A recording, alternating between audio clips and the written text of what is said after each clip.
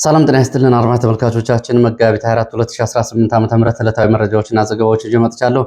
መረጃና ዘገባዎችን እየተከታተላችሁ አብራችሁ እንድትቆዩ ነው በአክብሮት የምጋብዛችሁ። በዚህ ሰዓት የተለያዩ መረጃዎችን ወደ እናንተ የማደርስ ይሆናል። ከያዝኳቸው መረጃዎች መካከል እንግዲህ በርከት ያሉ የግንባር መረጃዎች ይገኙበታል። በዚህ ሰዓት በተለያዩ አካባቢዎች ውጊያዎች እየተደረጉ ነው የሚገኙት። በተለይ ንፋስ መውጫን ማዕከል አድርጎ ከንፋስ መውጫ በስተምስራቅ ወደ መቄት፣ ጋሸና፣ ጨጭሆ እና በአግሬት አካባቢዎች ባሉ አካባቢዎች ረጅም ርቀት በሸፈነ ቀጠና ውጊያ እየተደረገ ነው። ውጊያው ሶስተኛ ቀኑን የያዘ ሲሆን ዛሬ የጨበጣና እንዲሁም ደግሞ የግንባር ውጊያዎች ተደርገዋል። በተቃራኒ ደግሞ ከንፋስ መውጫ በስተምዕራብ አቅጣጫም እንደዚሁ አመሻሹን በነበረው ውጊያ ወታደራዊ ፓትሮል ጨምሮ እንደዚህ ወታደራዊ፣ ሰብአዊ፣ ቁሳዊ ኪሳራ መድረሱን የሚገልጹ መረጃዎች ወጥተዋል። ጠዋት በሞጣ ከተማ አቅራቢያ እንደዚሁ በነበረው ድንገተኛ ጥቃትና ውጊያ የደረሰውን ጉዳት በተመለከተም በፋኖ በኩል አሃዛዊ መረጃዎች ይፋ ተደርገዋል። እነዚህን ጨምሮ በርካታ የግንባር ዝርዝር መረጃዎችን ወደ እናንተ አቀርባለሁ። እየተከታተላችሁ አብራችሁ እንድትቆዩ ነው በአክብሮት የምጋብዛችሁ። ከዚህ ባሻገር እንግዲህ ፖለቲካዊ፣ ዲፕሎማሲያዊ እንዲሁም ደግሞ ተዛማጅ መረጃዎች አሉ። የመካከለኛው ምስራቅ አጫጭር መረጃዎችን እንደዚሁ በዚህ ሰዓት ወደ እናንተ አደርሳለሁ። እየተከታተላችሁ አብራችሁ እንድትቆዩ ነው በአክብሮት የምጋብዛችሁ። መጋቢት 24 ነው ዛሬ። መጋቢት 24 አብይ አህመድ ወደ ስልጣን የመጣበትና የብልጽግና 8 የአገዛዝ ዘመናት የተቆጠሩበት ጊዜ ነው። ይህንን በተመለከተ የተለያዩ አስተያየቶች እየወጡ ነው የሚገኙት። ይሄ ዛሬ በድጋፍና በተቃውሞ ነው እንግዲህ ቀኑ እየዋለው። በኦሮሚያ ክልል እና በቤኒሻንጉል አሶሳ ለአብይ አህመድ 8ኛ ዓመት የስልጣን ዘመን የድጋፍ ሰልፎች ሲደረጉ በብልጽግና እንደዚሁ በአማራ ክልል በተለያዩ ከተሞች ደግሞ እንደዚሁ ይህንን የብልጽግናን አገዛዝና እንዲሁም ደግሞ የምርጫውን የሚቃወሙ ሰልፎች መደረጋቸውን የሚያሳዩ መረጃዎች ናቸው ያሉት። እነዚህን ጨምሮ እንግዲህ ከምርጫና ፖለቲካ አንጻርም እነዚህ መረጃዎች ወደ እናንተ አደርሳለሁ። ህወሓት ወታደራዊ አደረጃጀቱን የተመለከቱ መረጃዎችም ወጥተዋል። እንደዚሁ በርካታ ቁጥር ያላቸው ታጣቂዎች በተለያየ ጊዜ ከህወሓት ወጥተዋል የሚሉ መረጃዎችም እንደዚሁ ሀዛዊ መረጃዎች አሉ። እነሱንም አደርሳለሁ። አብራችሁ እንድትቆዩ ነው በአክብሮት የምጋብዛችሁ። እንግዲህ እንዳያስኳቸው መረጃዎች መካከል የመጀመሪያ የማደርገው የአሜሪካ መንግስት የሰጠውን የጉዞ ማስጠንቀቂያ ነው። የአሜሪካ መንግስት በኢትዮጵያ ውስጥ ዜጎቹ የሚያደርጓቸውን እንቅስቃሴ በተመለከተ የጉዞ ማስጠንቀቂያ ወይም ደግሞ የጉዞ ምክር ሀሳብ ሰጥቷል።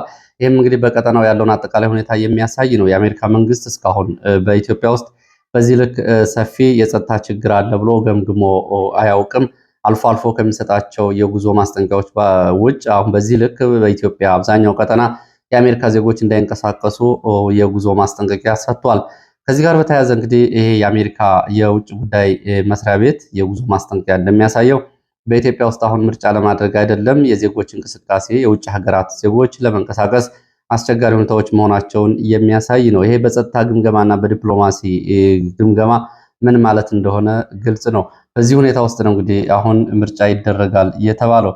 አሜሪካ በኢትዮጵያ ውስጥ ያለውን አጠቃላይ ጸጥታ ሁኔታ በተመለከተ ባስቀመጠችው ግምገማ እንግዲህ አሜሪካ ዜጎቿን ወደ ትግራይ እና ወደ ኤርትራ ድንበር አካባቢ እንዳይሄዱ፣ በዚህ አካባቢ አለመረጋጋት፣ በትጥቅ የታገዘ ግጭት እና እንዲሁም ደግሞ ወንጀሎች አሉ በሚል ነው። በአፋርም በተመሳሳይ በእነዚሁ መስፈርቶች፣ በአማራ ክልልም እንደዚሁ ግጭት፣ በትጥቅ የታገዘ ግጭት አለ፣ አለመረጋጋት አለ፣ ወንጀል አለ በሚል ወደ ዜጎቹ እንዳይሄዱ ገልጿል።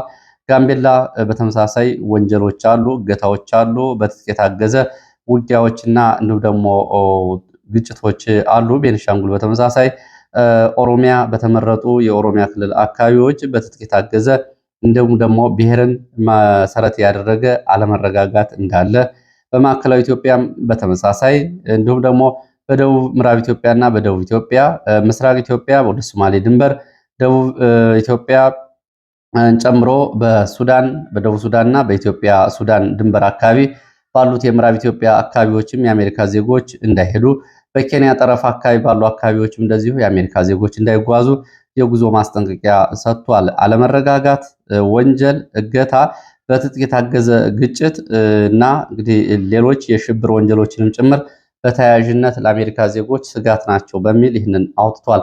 እንግዲህ ይሄ ማለት ነው ለአንድ ሀገር የጸጥታ ሁኔታ ይሄ ማለት ነው ለቱሪዝም፣ ለዲፕሎማሲ እንዲሁም ደግሞ ለአንድ መንግስት ውሳዊ የጸጥታ ሁኔታ ይሄ ምን ማለት ነው? አሁን በተጠቀሰው ውስጥ የአሜሪካ መንግስት የጸጥታ ስጋት የለበትም ብሎ ያልጠራው ቦታ የትኛው ነው? በሰሜን ኢትዮጵያ፣ ትግራይ ክልል፣ አማራ ክልል፣ አፋር ክልል፣ በማዕከላዊ ኢትዮጵያ፣ በደቡብ ኢትዮጵያ፣ በኦሮሚያ፣ በቤኒሻንጉል፣ በጋምቤላ፣ በምስራቅ ኢትዮጵያ በኢትዮጵያ ድንበር አካባቢዎች በኤርትራ ድንበር፣ በሱዳን ድንበር፣ በደቡብ ሱዳን ድንበር፣ በኬንያ ድንበር፣ በሶማሊያ ድንበር ጭምር እንዳትሄዱ ብሏል። እንግዲህ አሁን ያው የቀረችው አዲስ አበባ ብቻ ነች።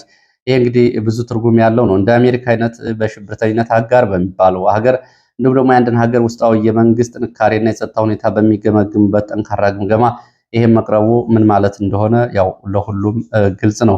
ለማንኛውም እንግዲህ አሜሪካ ሌላ ጊዜ ከምታወጣቸው የጉዞና የጊዜ ማስጠንቀቂያዎች አንጻር ሲታይ አሁኑ ሰፊ የኢትዮጵያን ቦታዎች የሸፈነ ለጸጥታ ግምገማ ኢትዮጵያን አጠቃላይ ሁኔታ እንግዲህ ያለመረጋጋት ውስጥ መሆኗን የሚያሳይና እንግዲህ ትልቅ ማስረጃ ነው። ይሄ ከጸጥታ ሁኔታ አንጻር ነው። በተመሳሳይ እንግዲህ መጋቢት 24ን በተመለከተ በዛሬው ቀን የአብይ ስልጣን 8ኛ ዓመትን በተመለከተ በኦሮሚያ ብቻ ለምን የድጋፍ ሰልፍ ይደረጋል በሚል እነ ጀዋር መሐመድ እየጠየቁ ነው የሚገኙት። ጀዋር መሐመድ ይሄ እየሆነ ያለው ለምንድን ነው ብሎ ይጠይቅና ራሱ ምላሹን ያስቀምጣል። በኦሮሚያ ክልል ባለፉት 4 ዓመታት የሰልፍ የብልጽግና የየዓመቱ መጋቢት 24 እንዲደረግ የታሰበበት ምክንያት የኦሮሞን ሕዝብ ከሌላው ለመነጠል የዚህ ስርዓት ባለቤት እንደሆነ አድርጎ ለማሳየት ነው በሚል ጀዋር መሐመድ ይህንን እየተቃወመ ይገኛል።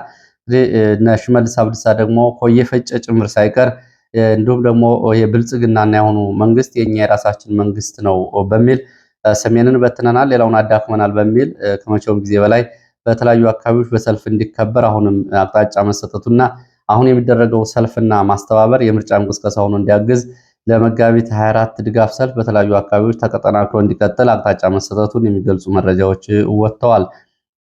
የምርጫ ወጎችን በተመለከተ እንግዲህ ከምርጫው በፊት ሰላም ይስፈን የሚሉ የተቃውሞ ሰልፎች በተለያዩ አካባቢዎች ተደርገዋል። በተለይ በአማራ ክልል በሸዋ፣ በጎንደር፣ በጎጃም፣ በወሎ ቀጠናዎች ከምርጫ በፊት ሰላም ይስፈን የሚልና የተለያዩ መፈክሮችና የተቃውሞ ድምጾች የተሰሙባቸው ሰልፎች ተደርገዋል። ጋይንት በሁለት ቦታዎች፣ ጎዛመን በራያ ቆቦ ተኩለሽ፣ ጃዊ ወግዲ ምዕራብ ወሎ፣ እነማይ ዲማ ምስራቅ ጎጃም፣ አዋበል ምስራቅ ጎጃም፣ አልብኮ ደቡብ ወሎ፣ ወንበርማ ምዕራብ ጎጃም፣ በሸዋ በይፋትና በመንዛ አካባቢዎች እንደዚሁ የተቃውሞ ሰልፎች መደረጋቸውን ነው መረጃዎች የሚያሳዩት።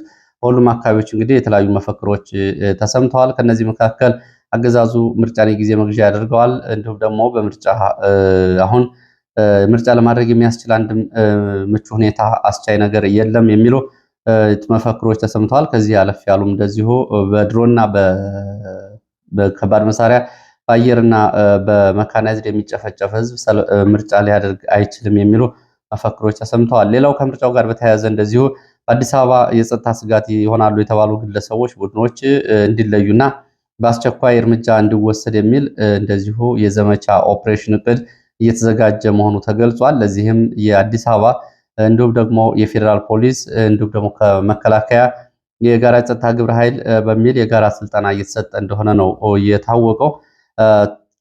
ትጥቅ አከማችተዋል የተባሉ ግለሰቦች፣ ቡድኖች ብልጽግናን አይደግፉም የተባሉ ግለሰቦች እና ቡድኖች ከምርጫ በፊት በአዲስ አበባ በተለያየ መንገድ የህዝብ እንቅስቃሴ እና እንዲሁም ደግሞ ተቃውሞ ለማሰማት ተዘጋጅተዋል በሚል በዘመቻ ለማሰርና ይህንን በቁጥጥር ስር ለማድረግ አቅጣጫ ተሰጥቷል ብለዋል የፖሊስ የመረጃ ምንጮች። ባለፈው ከጋምቤላ በኩል መሳሪያ ገብቶ ወደ አዲስ አበባ ተከማችቷል ከሚለው ሪፖርት ጊዜ ጀምሮ በአዲስ አበባ የቤት ለቤት ፍተሻ፣ የቤት ለቤት መረጃ፣ የብሎክ እና የቅያስ አደረጃጀቶችና ጥበቃዎች እንዲጠናከሩ አቅጣጫ ተሰጥቷል።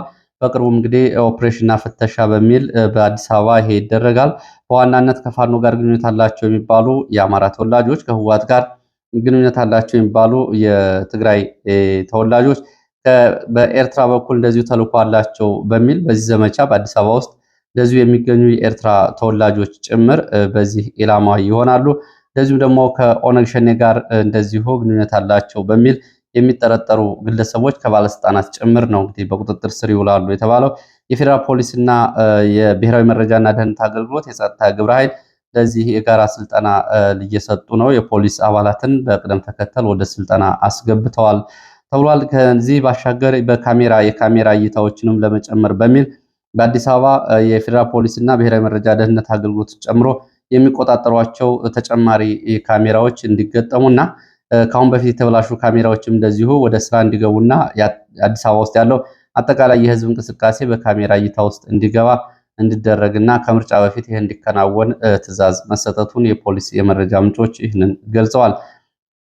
ሌላው ወደ አዲስ አበባ ተጨማሪ መረጃ አለ። በአዲስ አበባ ከቃሊቲ ማረሚያ ቤት ምሽቱን 14 የአማራ ተወላጅ የሆኑ እስረኞች ተለይተው ተወስደው አድራሻቸው ጠፍቷል ብለዋል የመረጃ ምንጮቹ። የት እንደተወሰዱ አልታወቀም። ትላንትና መጋቢት 23 አመሻሹን ከቃሊቲ እስር ቤት በስማቸው እየተጠራ መጋቢት 23 ማለት ነው እየተጠራ የተወሰዱት ወደየት እንዳሉ አልታወቀም። ከነዚህ ውስጥ ወርቁ ገብሬ፣ አሳምነው ታደሰ፣ መሰረት ወርቁ፣ ሳለ አምላክ ምህረት፣ አሮን ትርፌ፣ ታደሰ በቀለ፣ ልዑል አለማየሁ፣ በረከት ወርቁ፣ ቢንያም የአባት ስም አልተጠቀሰም፣ ማርሸት የአባት ስም አልተጠቀሰም፣ አንደበት የአባት ስም አልተጠቀሰም፣ እንዳለ የአባት ስም አልተጠቀሰም፣ ሁሴን የአባት ስም አልተጠቀሰም፣ ሀብታሙ እንደዚሁ የአባት ስም አልተጠቀሰም፣ ወደየት እንደተወሰዱ አልታወቀም ሲሉ ነው የመረጃ ምንጮች እየገለጹት። ወደ ግንባር መረጃዎች እሄዳለሁ። በዛ መሀል እንግዲህ የመካከለኛው ምስራቅ አጫጭር መረጃዎችን ላድርስ። የመካከለኛው ምስራቅ ጦርነት እንግዲህ ከተጀመረ ነገ የሚቀጥለው ቅዳሜ 5ኛ ሳምንቱን ይደፍናል። አሁን በዚህ ጊዜ የተለያዩ መረጃዎች እየወጡ ነው የሚገኙት። የነዳጅ ዋጋ በዓለም አቀፍ ደረጃ አሻቅቧል። በተለይ አውሮፓ ከባድ የሆነ የነዳጅ ቀውስ ይገጥመዋል እየተባለ ነው የሚገኘው። በዚህ እስካሁን ድረስ ስለ ድርድር የሚነሱ ጉዳዮች ያዝለቀቅ እያሉ እስካሁን እዚህ ግባ የሚባል እንደዚሁ መረጃ እየወጣ አይደለም። የኢራን አብዮታዊ ዘብ ቁልፍ ወታደራዊ አዛዥ ዛሬ ሌሊቱን በእስራኤል የአየር ኃይል ጥቃት መገደሉ ነው የታወቀው። ጀነራል መሐመድ አሊ ፋታሊ በአብዮታዊ ዘቡ የምድር ጦር ምክትል ዋና አዛዥ ዛሬ ሌሊቱን ጥቃት ተፈጽሞባቸዋል። የአሜሪካው መከላከያ መስሪያ ቤት በኢራን 450 ኪሎ ግራም የሚመዝን የበለጸገ ዩራኒየም ዘርፎ ለማውጣት ልዩ ወታደራዊና የአየር ኦፕሬሽን እቅድ ማቅረቡንና ለዚህ እየተዘጋጀ መሆኑ ተገልጿል። ይህንን ዩራኒየም ከኢራን እንዴት ወደ አሜሪካ መውሰድ እንደሚቻል የአውሮፕላን ማረፊያ የኦፕሬሽን ዘመቻዎች ልክ በቬንዙዌላው ፕሬዚዳንት ላይ እንደተደረገው አይነት ዘመቻዎች ይሄ ቦታው ታውቋል በሚል እቅድ መቅረቡ ነው እየታወቀው። ይሄ ከእግረኛና ከአየር ኃይል ከሚሳይል ዘመቻው የተለየ ዘመቻ ነው። አሜሪካ እግረኛ ኃይል የምታስገባ ከሆነ አንድም ሰራዊት እንዳይተርፍ የኢራን ሰራዊት ትዕዛዝ ተሰጥቶታል የተባለው የኢራን ወታደራዊ አዛዥ ሜጀር ጀነራል አሚር ሃታሚ ለሰራዊታቸው ከላይ እስከታች ትዕዛዝ ሰጥተዋል። የአሜሪካ እግረኛ ጦር የሚገባ ከሆነ አንድም እንዳይተርፍ በሚል እንግሊዝ 30 ሀገራትን ያሳተፈ ጉባኤ ልታዘጋጅ ነው። ይህም ጉባኤ በዋናነት ከኢራን ጋር በድርድር የሆርሙዝ ሰርጥን ለማስከፈት ነው። እንግሊዝ ከአሜሪካ የተለየ አቋም ይዛለች። ሩሲያ ጦርነቱ እንዲቆም አስተዋጽኦ ለማድረግ ፑቲን የቀጠናውን ሀገራት እያነጋገሩ መሆኑንም እንደዚሁ ከሩሲያ የወጡ መረጃዎች ይገልጻሉ። ኢራን እስካሁን በእስራኤል ላይ የፈጸምኩት ጥቃት በጥቂት ኢላማ ላይ ብቻ ያተኮረ ነው። አሁን በቀጣዩ ሰፊና አውዳሚ ዘመቻዎችን በኢራን ላይ አድርጋለሁ ብላለች። አብዮታዊ ዘቡ ይህንን ዛቻ አሰምቷል። ትራምፕ ኢራን ከስምምነት የማትደርስ ከሆነ ሁሉንም መሰረተ ልማቶቿን ክፉኛ እናወድማቸዋለን፣ ኢራን ክፉ ቅጣት ይጠብቃታል ሲሉ ዛቻ አሰምተዋል። እንደዚሁ ደግሞ ትራምፕ በተለያዩ ሀገራት መሪዎች ላይ እንደዚሁ መቀለዳቸውን ቀጥለዋል። በፈረንሳዩ ፕሬዚዳንት ማክሮን ላይ ያሰሙት ኢማኑኤል ማክሮን ላይ ያሰሙት ንግግር እንደዚሁ ዓለም አቀፍ ሚዲያዎች መነጋገሪያ ሆኗል። በጦርነቱ አብረውኝ ያልቆሙ ያሏቸውን የሀገራት መሪዎች ትራምፕ እየዘለፉ ነው የሚገኙት። የፈረንሳዩን ፕሬዚዳንት ኢማኑኤል ማክሮን እንደዚሁ በሚስታቸው ጥፊ ያላገገሙ ሲሉ እና አሁን በማገገም ላይ ናቸው ወይ ሲሉ ይህንን ገልጸዋል። እንደዚሁም ደግሞ ፈረንሳይም እንደዚሁ ከኢራን ጦርነት አንጻር ሌላ አቋም ወስዳለች። እንደዚሁም አሜሪካ በርካታ እግረኛ ወታደሮች ዛሬ ዩናይትድ አረብ ኤሚሬትስ በተለያዩ አውሮፕላን ማረፊያዎች መታየታቸው ተገልጿል። ይህም በቀጣይ ቀናት ወደ ኢራን የሆርሙዝ ሰርጥ ለዘመቻ እየተዘጋጁ መሆኑ ነው የተገለጸው። ከመካከለኛው ምስራቅ ዋና ዋና መረጃዎች እነዚህ ይገኙበታል። ወደ ግንባር መረጃዎች ነው የምመጣው። ወደ ግንባር መረጃዎች ሲመጣ ሞጣ ከተማ አቅራቢያ ሙገር ከተማ ላይ ዛሬ ጠዋት በተደረገው ውጊያ ከፍተኛ ድል መቀዳጀቱን ፋኖ አስታውቋል። በዚህ እንግዲህ በአጭር ደቂቃ ምሽጉን በመስበር በተፈጸመው ፈጣን ኦፕሬሽን ከ70 በላይ የመከላከያና የሚሊሻ አባላት መደምሰሳቸውን፣ አንድ የሻምበል አዛዥና ሌሎች ወታደሮች መማረካቸውን፣ 40 የነፍስ ወከፍ መሳሪያዎች መማረኩን፣ ወታደራዊ አልባሳትና እንዲሁም ተተኳሾች መማረኩን ፋኖ ገልጿል። በፋኖች ገብተዋል እነዚህ የተጠቀሱት ቁሳቁሶች። ፋኖ ይህንን ገልጿል። ጠዋት በወጣው በማለዳ መረጃ 13 የመከላከያና 4 የአድማ ብተና አባላት እንደዚሁ መደምሰሳቸውን የዓይን እማኞች ገልጸው ነበር። ከሰዓት በኋላ በወጣው መረጃ ፋኖ አሃዛዊ መረጃውን ወደ 71 አድርሶ ሪፖርት አድርጓል። ሌላው መረጃችን እንደዚሁ ወደ ጨጭሆ ቀጠና የሚወስደን ነው። በሰሜን ወሎና በደቡብ ጎንደር አዋሳኝ ባሉት አካባቢዎች ከጨጭሆ ደብረ ዘይት አግሬት እስከ መቄት ባሉት ኮኪት አካባቢዎች ሶስተኛ ቀን የቀጠለው ውጊያ እየተደረገ ሲሆን ዛሬ ውጊያ ደግሞ በደረሰው ሰብአዊ ቁሳዊ ጉዳት እዚሁ ከፍተኛ ነው ተብሏል። ውጊያው የጨበጣና የጅበጅም ጭምር እንደነበር ተገልጿል። በዋናው መንገድ ዛሬም እንቅስቃሴ ቆሟል። የተለያዩ ክፍለ ጦሮች እና የተለያዩ ፋኖች ከጋይንትም እንዲሁም ከላስታና ከመቄት በጋራ ያደረጉት ዘመቻ እንደሆነ ነው መረጃዎች የሚያሳዩት። ከጨጭሆ እስከ መቄት ባለው ቀጠና ሶስተኛ ቀኑን የያዘው ውጊያ ሲደረግ መዋሉን የገለጹት የመረጃ ምንጮች ረጅም ርቀት በሸፈነው ውጊያ ከቡድን መሳሪያዎችና ከፊት ለፊት ውጊያ ባሻገር የጨበጣና የጅበጅ ውጊያዎች መደረጋቸውን ለማወቅ ተችሏል። በርካታ የፋኖ አደረጃጀቶች ከላስታ፣ ከጋይንት፣ ከዳውንት ቀጠና እና ከመቄት የተሳተፉበት ዘመቻ እንደሆነ ሲገልጹ የመረጃ ምንጮች ለምሳሌ ከላስታ ቀጠና ተፈራ ማሞ ክፍለ ጦር እንዲሁም ደግሞ ከመቄት ውባንታ ክፍለ ጦር ከሌላ አይሻ ሰይድ ከመቄት ክፍለ ጦር እንዲሁም ደግሞ ራስ ጋይንት ተወርዋሪ ክፍለ ጦር ከጋይንት በጋራ እየተሳተፉበት ያለ ዘመቻ እንደሆነ ገልጸዋል። ኮኪት፣ አግሪት ከመቄት እስከ ሰይጣን ባህር ተብሎ የሚጠሩት አካባቢዎች እና ገና መምቻ ከዋናው መንገድ ባሻገር ውጊያዎች ተደርገዋል። በዋናው መንገድ ጨጭሆ እስከ ጋሸና መንገድ ደብረ ዘቢጥ ድረስ በተደረገው ውጊያ በመቄት በኩል ከኮኪት ጀምሮ እስከ ወደ ኋላ መንገድ ተዘግቷል። በጋይንት በኩልም ከጨጭሆ በኋላ በኩል ባሉት አካባቢዎች መንገድ ተዘግቶ ነው እየዋለው። እንግዲህ በቁጥር ያልታወቀ ወታደራዊ ሰብአዊ ቁሳዊ ኪሳራ ደርሷል ያሉት የመረጃ ምንጮች ይህን የደረሰውን ጉዳት በዝርዝር እያጣሩ እንደሆነ ነው የገለጹት። በመሃል ህወሓትን የተመለከተ መረጃ ህወሓት የሰራዊት ዝግጅቱና መከት ለሚባለው እያለ ለሚጠራው የወደፊት ዘመቻ ወታደራዊና ፖለቲካዊ አደረጃጀቶቹን እንደገና እየሰራ እንደሆነ ተገልጿል። በዚህ እንግዲህ እስካሁን ከነበረው የሰራዊት እና የታጣቂ አደረጃጀት ከፖለቲካና ከተለጣፊነትና ከፖለቲካ ጣልቃ ገብነት ነፃና ገለልተኛ ለማድረግ በሚል ወደ 12 ክፍለ ጦሮች በማደራጀት በአርሚ ደረጃ ማለት ነው በአንድ ኮማንድ እንዲመሩ ማድረግና ለኦፕሬሽን አንድ እንዲሁም ደግሞ ሴንትራል ኮማንድ በአንድ እንዲመሩ የማድረግ ስራ እየተሰራ ነው። የታጠቀው አጠቃላይ አስተባባሪ ለኦፕሬሽን ጀነራል ኃይለስላሴ ግርማይ ሲሆኑ የደብረ ጽዮን ደግሞ ይህንን ጨምሮ የሚመራው የስትራቴጂክ አመራር ካውንስል ተጠሪ ይሆናል ነው የተባለው። በዚህ ውስጥ የታጣቂዎች ዋና አዛዥ ምክትል ይሆናል ተብሏል። የታጣቂው የሴንትራል ኮማንድ ዋና አዛዥ አሁንም ጀነራል ታደሰ ወረደ እንደሆነ ነው የተገለጸው። በዚህ እንግዲህ በምዕራብ ግንባር ባሉት ጀነራል ምግብ ኃይሌ ባለበት ቀጥሏል። ደቡባዊ ግንባር ባሉት ጆን መድድ ባለበት ቀጥሏል። ፍስሐ ማንጁስ የሰሜን ግንባርና ማዕከላዊን የሚመራ ሲሆን የኮማንድ ፖስቱ አጠቃላይ ታደሰ ወረደ ይመራዋል ተብሏል። ሴንትራል ወይ ደግሞ ማዕከላዊ ኮማንዱን ኦፕሬሽኑን ግን ጀነራል ኃይለስላሴ ግርማይ ወይም ደግሞ ወዲን ተቢ የተባለ የሚጠራው ይመራዋል ነው የተባለው። በዚህ እንግዲህ በሱዳን የሚገኘው የህወሓት ታጣቂ ቡድን እስካሁን ድረስ በነ ፍስሐ ማንጁስ ለጸጥታ ቢሮ ተጠሪ የሆነ ሲሆን አሁን ለየትኛው ቡድን ተጠሪ እንደሆነ ግን የታወቀ ነገር የለም። በትግራይና ከትግራይ ውጭ ያለው አደረጃጀት ይህንን ይመስላል። ሌላው ከዚህ ጋር በተያያዘ ባለፉት 2 ዓመታት በህወሓት ከ11 ሺህ በላይ ታጣቂዎች ከአደረጃጀትና ከግዳጃቸው ወጥተዋል። አብዛኞቹ ወደ ሐራ መሬት፣ አብዛኞቹ ደግሞ እንደዚሁ ትግራይን ለቀው የጠፉ በቤተሰብና በተለያየ ምክንያት የተበተኑና የከዱ ሲሆን ይህንን ለማስቆም የተለያዩ እርምጃዎች እየተወሰዱ ነው። አንዱ ለመተካት ከ45 ዓመት በታች የሆኑት ግዳጅ ዘመቻ እንዲገቡ ማድረግ ሲሆን የቤተሰብ መተኪያ እንዲሁም ደግሞ እንግዲህ የጠፋው ወንድም ወይም ደግሞ እህት ወደ ታጣቂዎቹ እንዲካተቱ ማድረግ አዳዲስ ስልቶች እየተፈጸሙ መሆኑን የመረጃ ምንጮች ገልጸዋል። ስለ መጋቢት 24 ከላይ ከያስኳቸው መረጃዎች አንድ መረጃ አለ። አረጋ ከበደ የተናገረው ነው። እንግዲህ አረጋ ከበደ የተናገረውን ቃል በቃል ወደ እናንተ ላድርሰውና እናንተስ ምን ምላሽ ይኖራችኋል? እንግዲህ አረጋ ከበደ የሚመራው ክልል ላለፉት 3 ዓመታት ጦርነት ውስጥ ነው የሚገኘው። እሱ ግን መጋቢት 24 በኢትዮጵያ ውስጥ ልዩ በረከት ይዞ መጥቷል ብሏል። አረጋ ከበደ ከተናገረው ለውጡ ሀገራችን ወደ ላቀ ምዕራፍ አሸጋግሯል።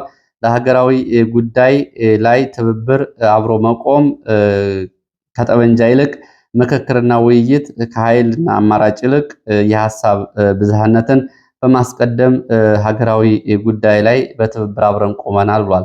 እንግዲህ አሁን መነጋገር እንዲሁም ደግሞ ከትጥቅ ይልቅ ውይይት ቢቀድም ነው ወይ በዚህ ሁኔታ ውስጥ የምንገኘው የሚለውን ጥያቄ ለአረጋ ከበደ መልሰን የምናቀርበው ይሆናል። ያው አረጋ እንግዲህ ሁለንተና ብልጽግና ጉዟችን እናስቀጥላለን እያሉ ነው የሚገኙት። ሁሉም ኢትዮጵያዊ ተባብሮ በህብረት እየተሻገረ ይገኛል ብለዋል። እንግዲህ የሚመሩት ክልል ምን ውስጥ እንደሆነ አረጋ ከበደ ከሄሊኮፕተር ውጭ በመኪና ተንቀሳቅሶ እንኳ ምርጫ ማድረግ ስለማይችል ባህር ዳር ለምክር ቤት እየቀረበበት ክልል ውስጥ ወደ ትውልድ አካባቢ መንቀሳቀስ ባልቻለበት ሁኔታ አሁን ይህንን እየተናገረ ይገኛል። አስተያየት ልትጨምሩበት ትችላላችሁ። ሌላው መረጃችን ወደ ጋይንት የሚወስደን ነው። ንፋስ መውጫ ከተማ አቅራቢያ አቃቤት ተብሎ ከሚጠራው እስከ መኳቢያ ድረስ ከሰዓት በኋላ የደፈጣና የግንባር ውጊያ መደረጉን የመረጃ ምንጮች ገልጸዋል። በውጊያው ወታደራዊ ኪሳራ ደርሷል። አንድ ፓትሮል ተቃጥሏል። በወታደራዊ ኪሳራ በኩል በተለይ በሰብአዊ ኪሳራው ገና በዝርዝር እየተጣራ ነው። መረጃው ጣርቶ እንደወጣ ወደ እናንተ የማደርስ ይሆናል። ለዚህ ሰዓት ከተለያዩ አካባቢዎች ማሰባሰብ ያቀረብኳቸው መረጃዎች እነዚህን ይመስላሉ። ስለተከታተላችሁ በእጅጉ አመሰግናለሁ። በሌላ ተመሳሳይ መርሃ ግብር እስከምንገናኝ ድረስ መልካም ጊዜ